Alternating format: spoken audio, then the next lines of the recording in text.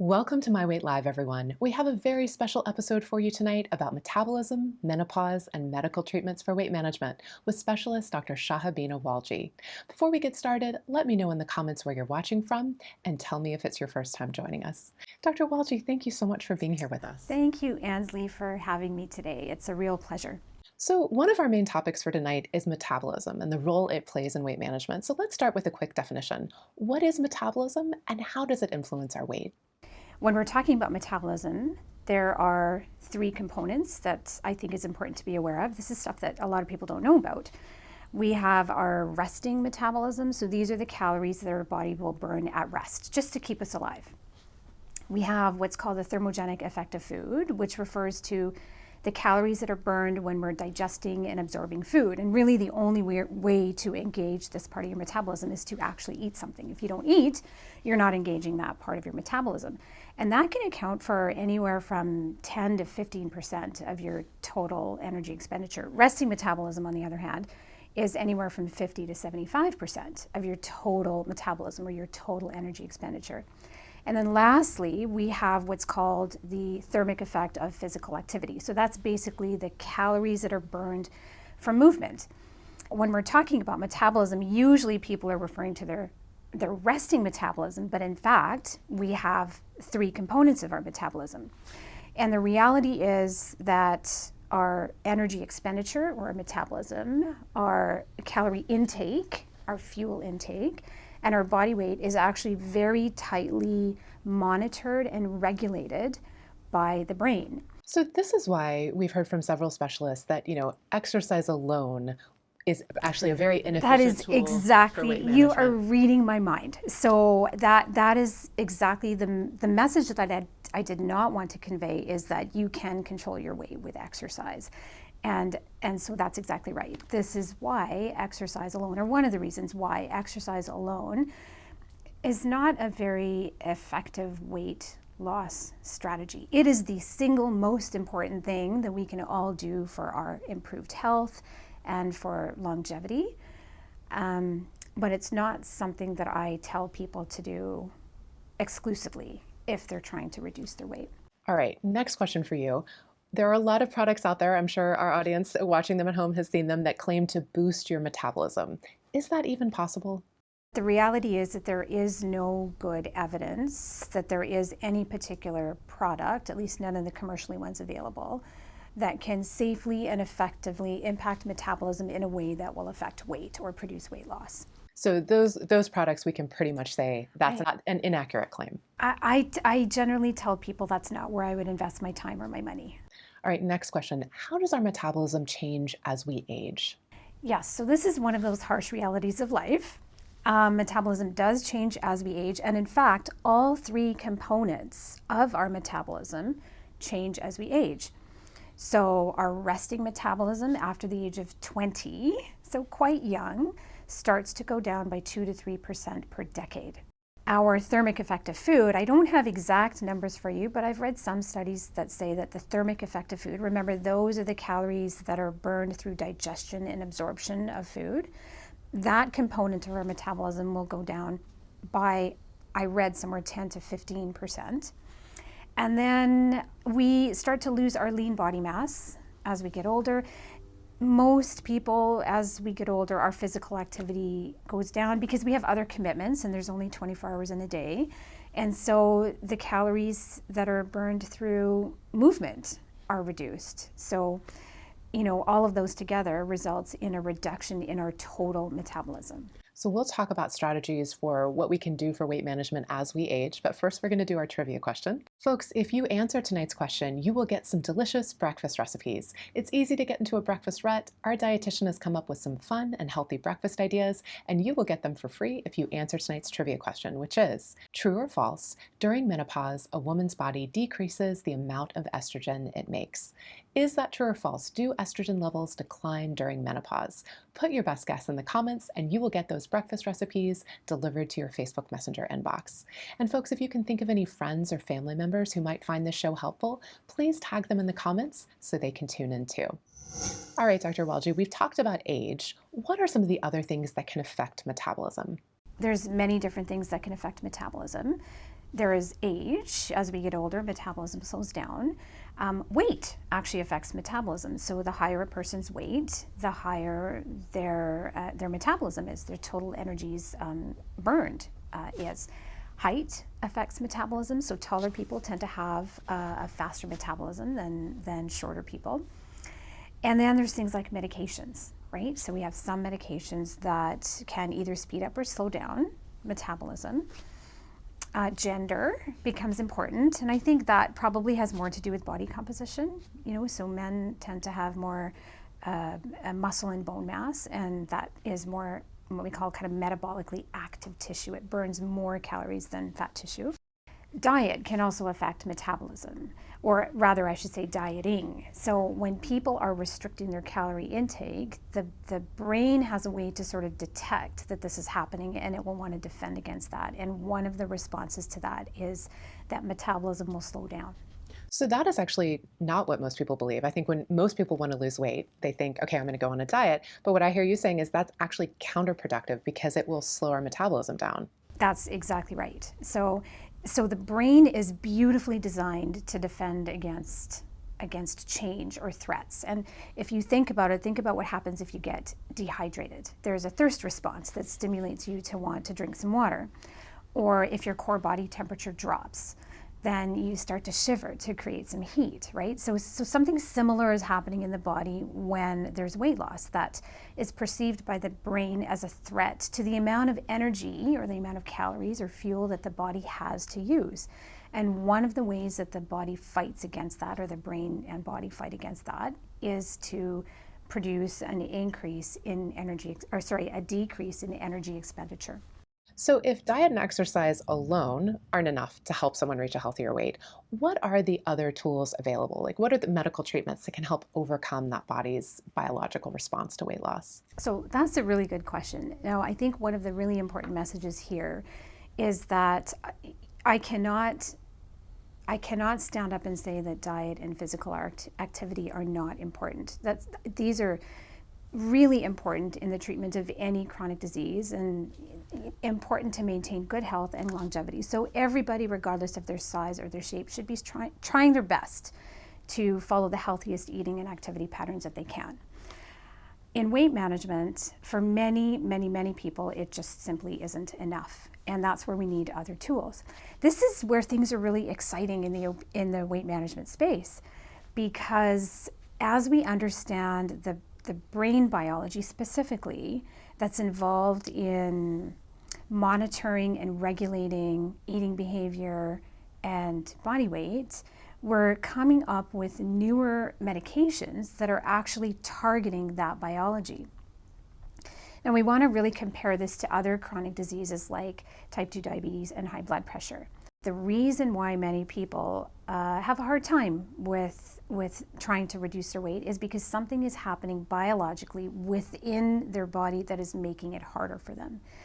And that's why diet and physical activity treatments, much like in the treatments of type 2 diabetes and hypertension, just don't seem to cut it. And with these newer medications that are becoming available, these medications are working on that biology, making it easier for people to try to do the things that they are trying to do. So I'm so glad you said that, because we just heard from so many different doctors that their patients, when they get on medication, suddenly find it easier to make lifestyle change, which is a little bit counterintuitive, because I think some people think, well, like, oh, I don't want to get on medication. I should be able to do this on my own. But actually, the medication is going to make it easier to do the things you need to do.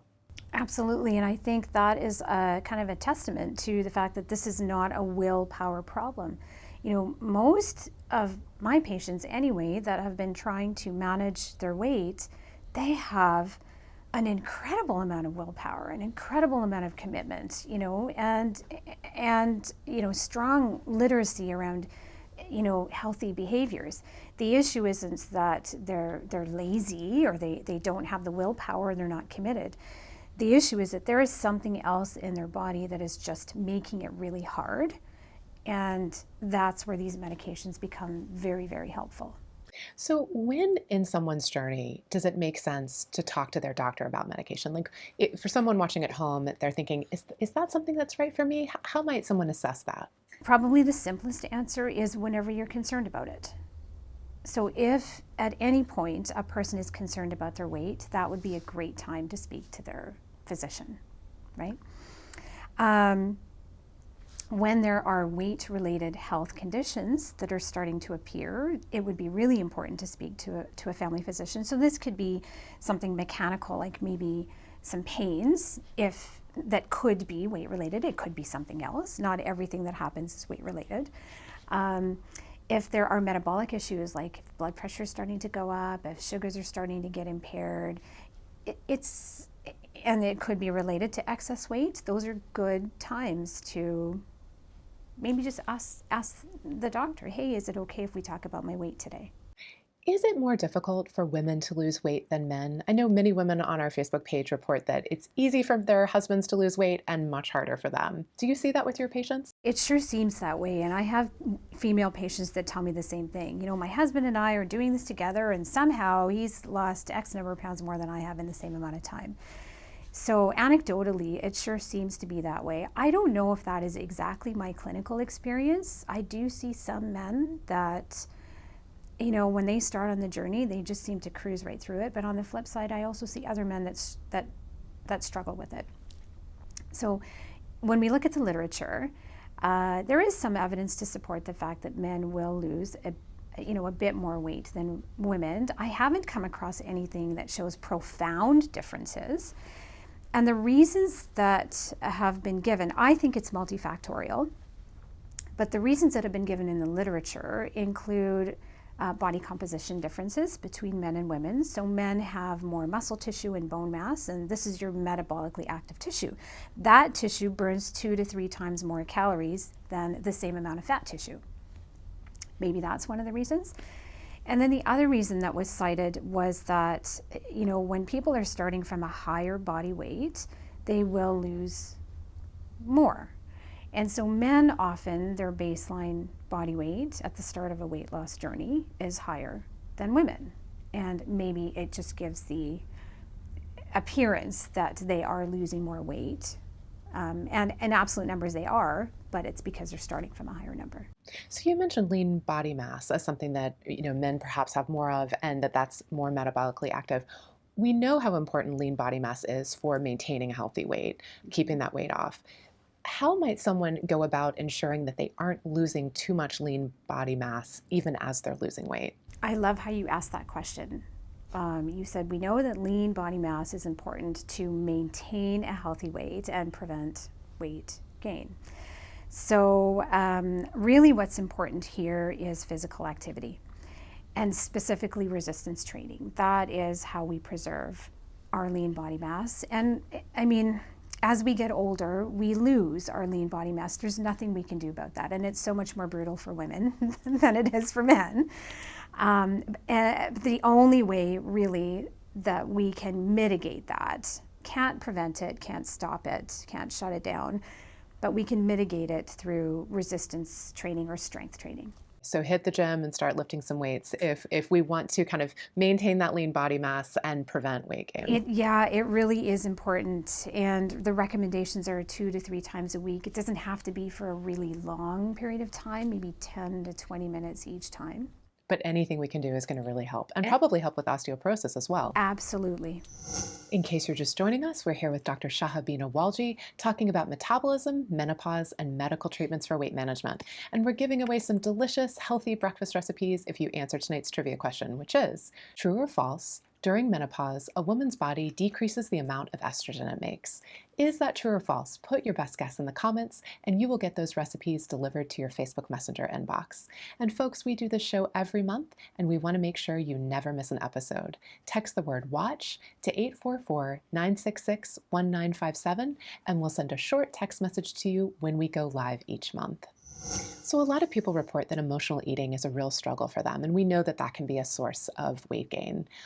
What would you suggest someone who's struggling with emotional eating do? Yes, so emotional eating refers to when we are using food to cope with emotion. It doesn't only have to be negative emotion. It could be sadness, stress, grief, anger, or it could be happy emotions. It could be celebration. It could be reward. It could be, oh, I just want to relax at the end of a busy day when my kids are in bed. So I don't think emotional eating is a bad thing, because we're kind of designed to have that sort of relationship with food. It really becomes a struggle when, people are feeling distressed about it, or if it's interfering with quality of life, or if it's affecting, mental or medical health in some way, shape, or form. And so there are a few things that we can talk about that are strategies to help with emotional eating. Probably one of the first things that I talk to my patients about anyway when emotional eating comes up is the importance of having a healthy daytime eating pattern. Most emotional eating tends to happen later in the day, so like kind of that 3 o'clock and on.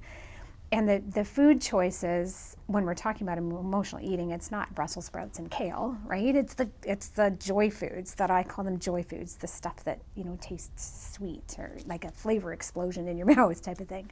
So we know that when people are underfueled, it makes it a lot harder to make healthy decisions later on. So for example, if you go to a grocery store and you go on a full stomach, it's much easier to stick to your list. But if you go on an empty stomach, so you haven't had anything to eat and you're dealing with the stress from earlier in the day, we're a bit more vulnerable to make different choices. Other foods get into our cart. Often it's joy foods. When people are coming to me with concerns about emotional eating, I encourage them to look at their daytime eating pattern, because if they make sure that they are properly fed through the day, then it really does help to mitigate that emotional eating. They're less vulnerable to make those emotional or reward-based choices around food. So other strategies that I talk about with patients include just really knowing yourself. So if you know that you're someone who tends to use food to cope with strong feelings, what I would suggest is build a toolbox of other non-food related coping strategies to deal with food.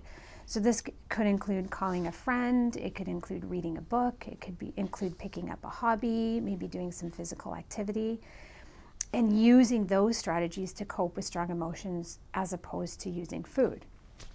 There's another strategy. When a person is feeling particularly vulnerable to eat, whether it's because of a craving or a strong emotion, what I encourage them to do is set a timer. Set it for 10 minutes, 15 minutes, 20 minutes.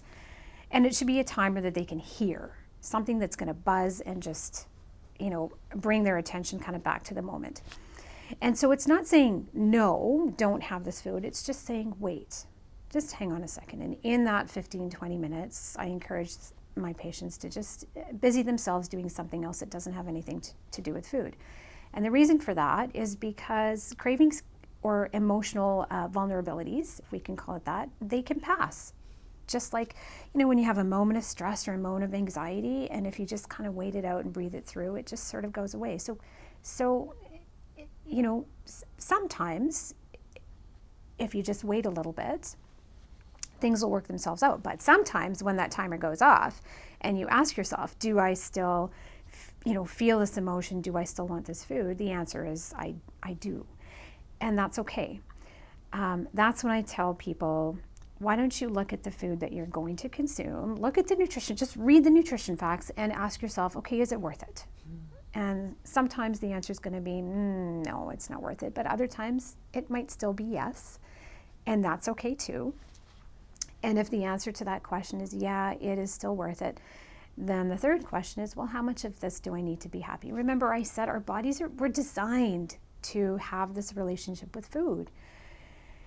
And so if you ask yourself, how much of this do I need to be happy? That way you're at least portioning it out and having just what you need in that moment. And that, I think, takes some of the guilt out of the equation. The last and maybe most important part of this is, if you made that decision to have this joy food that maybe isn't the healthiest, but that's doing something for you, then savor it. So don't eat it distracted. Sit down, enjoy it slowly, taste every taste, and make it an experience. Actually, Dr. Michael Vallis was saying on a show we did about emotional eating, he was saying that often we feel guilty about eating whatever that food is, and we just want to eat it as quickly as possible and get rid of it. And I love that you're suggesting we should really, we're choosing to do it, to really make it a positive For experience. sure, yeah. At your clinic, what are kind of the fundamental skills and strategies you work with your patients to develop to help them manage their weight over the long term? I think when people are first coming to our clinic, they're expecting that we are going to be giving them a diet and an activity plan. And they're surprised when really we spend the entire duration of that first visit not doing any of that and really just getting to know, the person sitting in front of us, their life context. What are some of the barriers that they're facing? Are there any other health conditions that we need to be addressing at the same time as we're talking about weight? And this could be metabolic issues, mental health issues, pain issues, sleep issues. In terms of fundamental skills, really, I spend a lot of time talking about the biology of how the brain and the body work to sort of regulate weight and eating behavior. And that it creates a nice springboard to have a conversation about the importance of maintaining a nutritionally adequate diet. And by that, I mean not a calorie restriction, I mean making sure that your body's getting the right kind of fuel that it needs to serve you well. This could include things like a regular, predictable eating pattern. It could include like a conversation about balance, so balancing across macronutrients or food groups. We talk about, it's really quite personalized, right? We talk about non-food related coping strategies for vulnerable situations. And we do talk about physical activity. Again, these basic principles are important for good health, regardless of a person's size or shape. Dr. Walji, this has been such a wonderful conversation. Thank you so much for being here with us tonight. Thank you, Ansley, so much for having me today. And a big thank you to everyone watching at home. We so appreciate you tuning in with us tonight. Before we go, here's the answer to tonight's trivia question. True or false, during menopause, a woman's body decreases the amount of estrogen it makes? The answer is true. If you didn't get to answer the trivia question, but you'd still like those healthy breakfast recipes, just leave a comment for us and tell us what you thought of tonight's show. We'd love to hear what you thought. We will be back with a new episode in a few weeks. Until then, please stay safe and take good care. Good night.